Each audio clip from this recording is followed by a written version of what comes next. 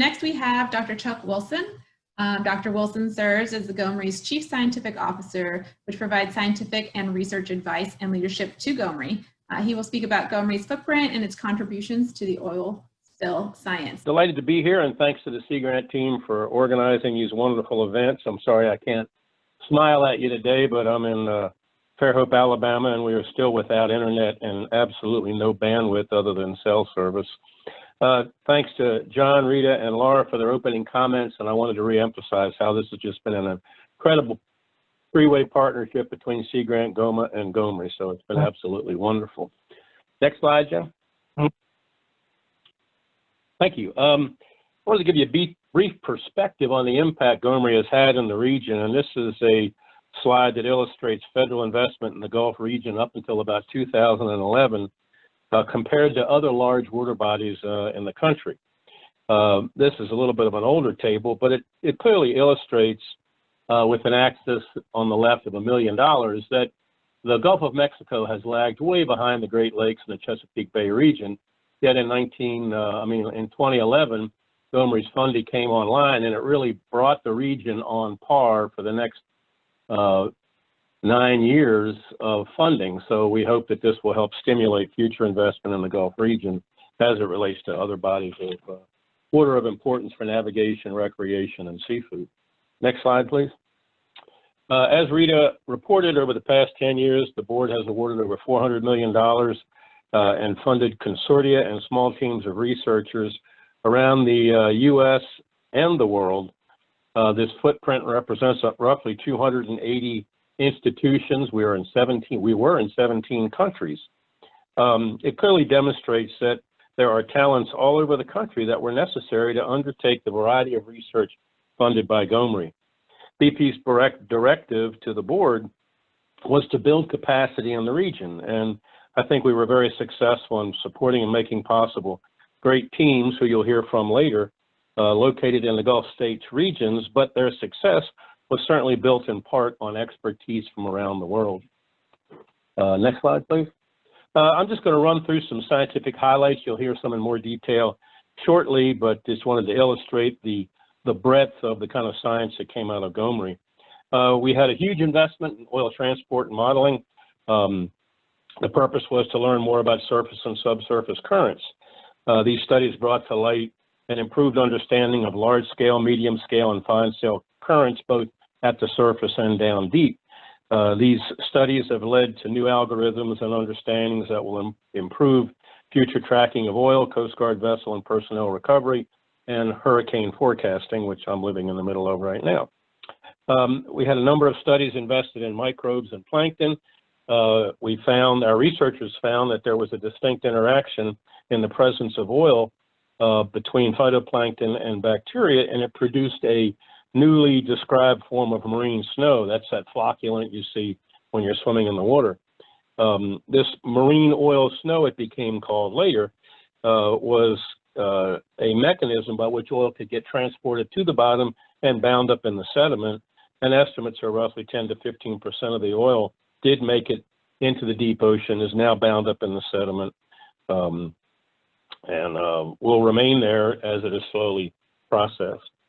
This process has been proposed as a transport mechanism that's actually recognized in the mass balance equation of an oil spill. The third image there, this is back in the laboratory at Johns Hopkins University. One of our researchers described using holographic imaging the process by which oil aerosols get into the atmosphere. He used holographic imaging, captured these small droplets, and you can see what it looks like when a rain droplet hits the surface.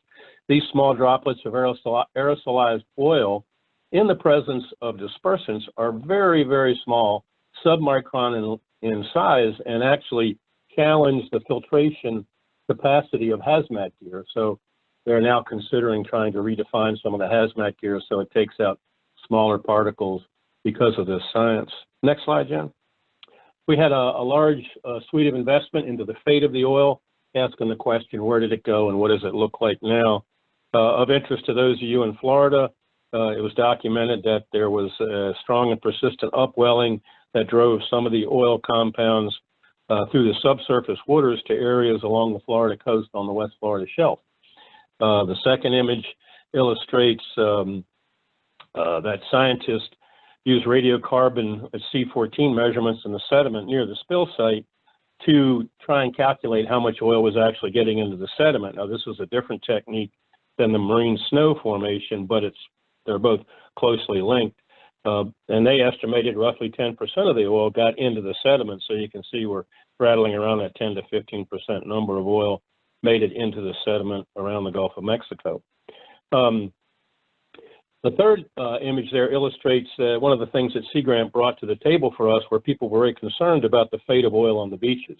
You may have recalled what the beaches look like in Alabama and along the Florida Panhandle coast. GoMRI researchers found that dispersants could, in fact, affect the movement of those hydrocarbons, and it was hypothesized that they could actually move those hydrocarbons deeper into the sands at the time of the spill.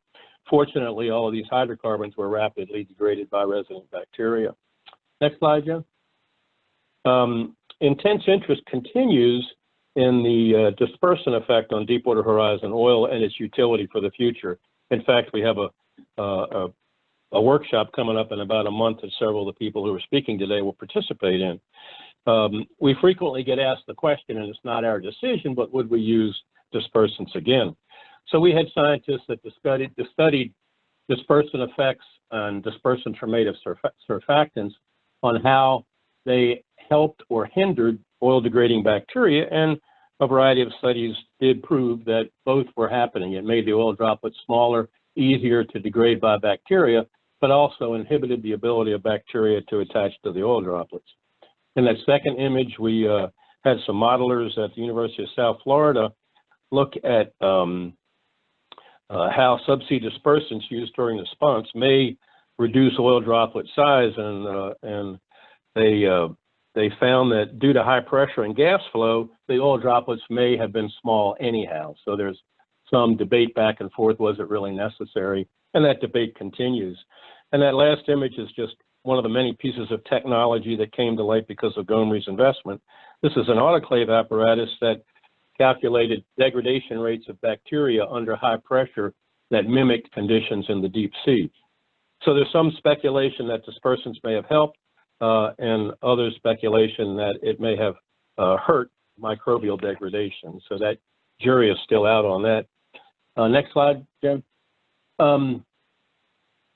We had a lot of work invested in biodegradation, a huge number of microbial studies in the GoMRI community, and it wasn't surprising at all that there was a resident community of bacteria present in the sediment, in the beaches, and in the water around the Gulf of Mexico, because the Gulf of Mexico has a large number of natural oil seeps. So that microbial community has always been there. Scientists found an increase in specific types of oil-degrading bacteria responded very quickly, both in the beaches and in the deep ocean and in the surface waters, that responded to the spill. And then within 2 or 3 months, they would subside in abundance and it would begin to return to background levels. So that's one of our natural oil mitigating techniques in the Gulf of Mexico, and we're very fortunate to have those. That second image just reports on one study that found that nitrogen could actually enhance microbial oil degradation. Fertilizer has been proposed as a way to enhance microbial degradation in response to the spill. Never has really become a practice, but it was just another study that illustrated that. And then we also found, similar to the autoclave study, that high pressure in the deep ocean can reduce the growth and function of oil-degrading microbes in the deep ocean. So it doesn't happen as quickly down deep at 5,000 feet as it does at the surface. Next, Bill.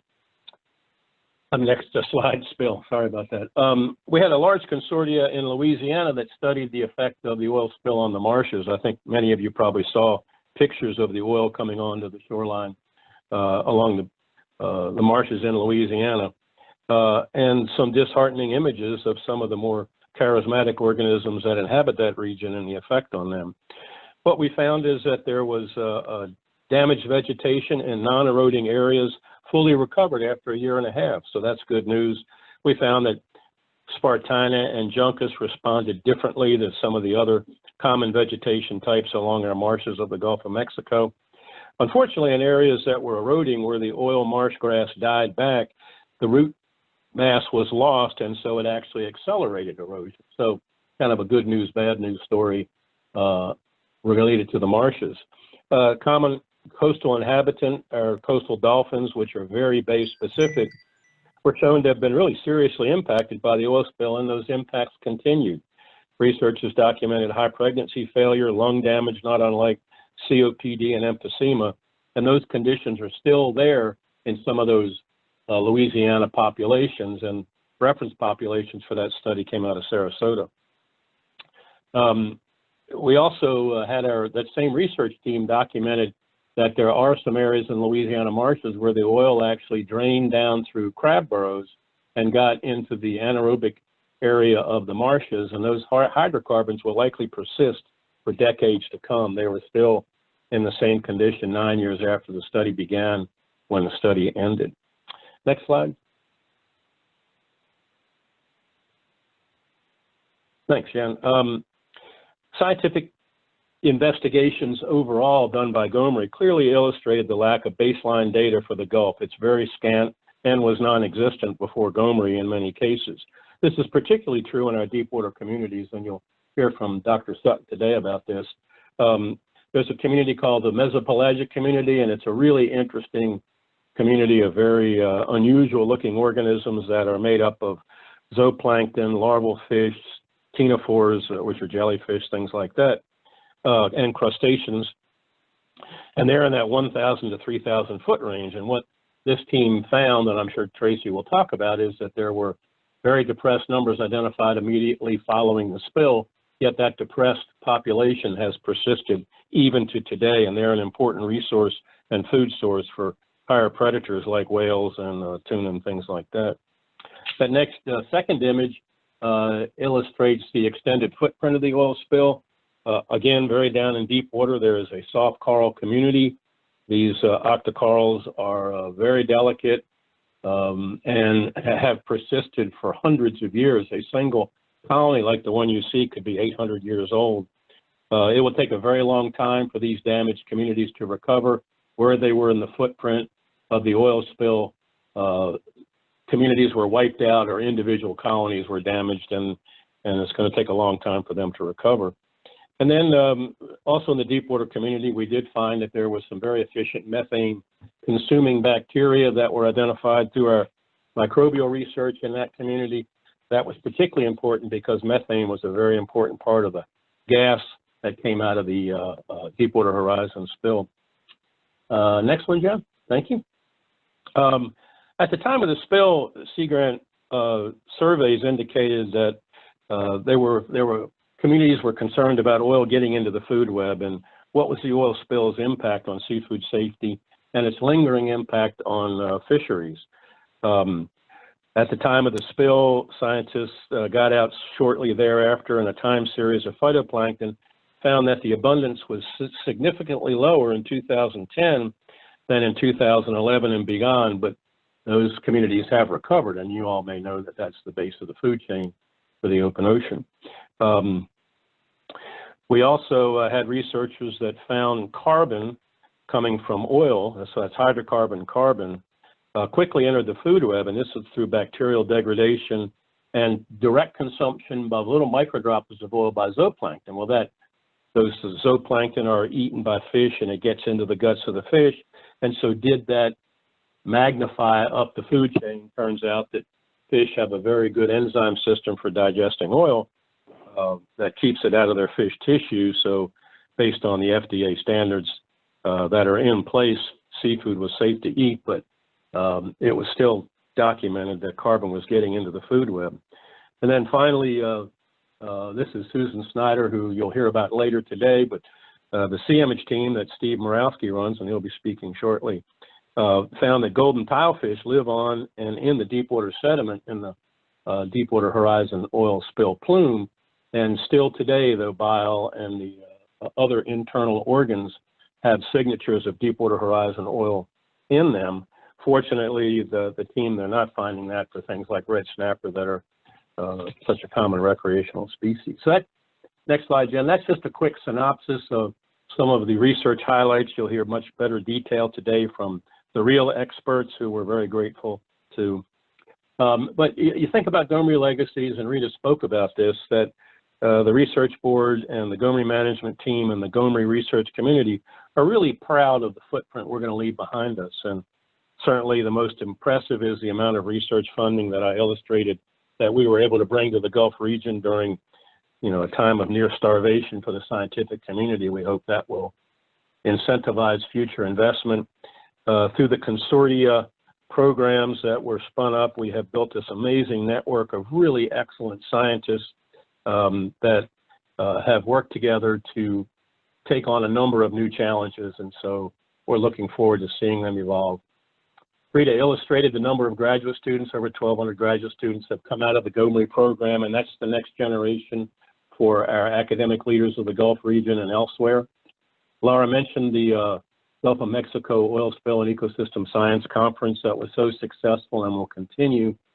And then, of course, our contribution to the body of knowledge, as well as the GridSeed data system that Rita already highlighted. So I want to thank you very much. We ask a huge amount of our researchers and our partners, and we want to thank them again for coming to the table this afternoon to talk a little bit about their experiences. So Monica, thank you. Thanks so much, Chuck.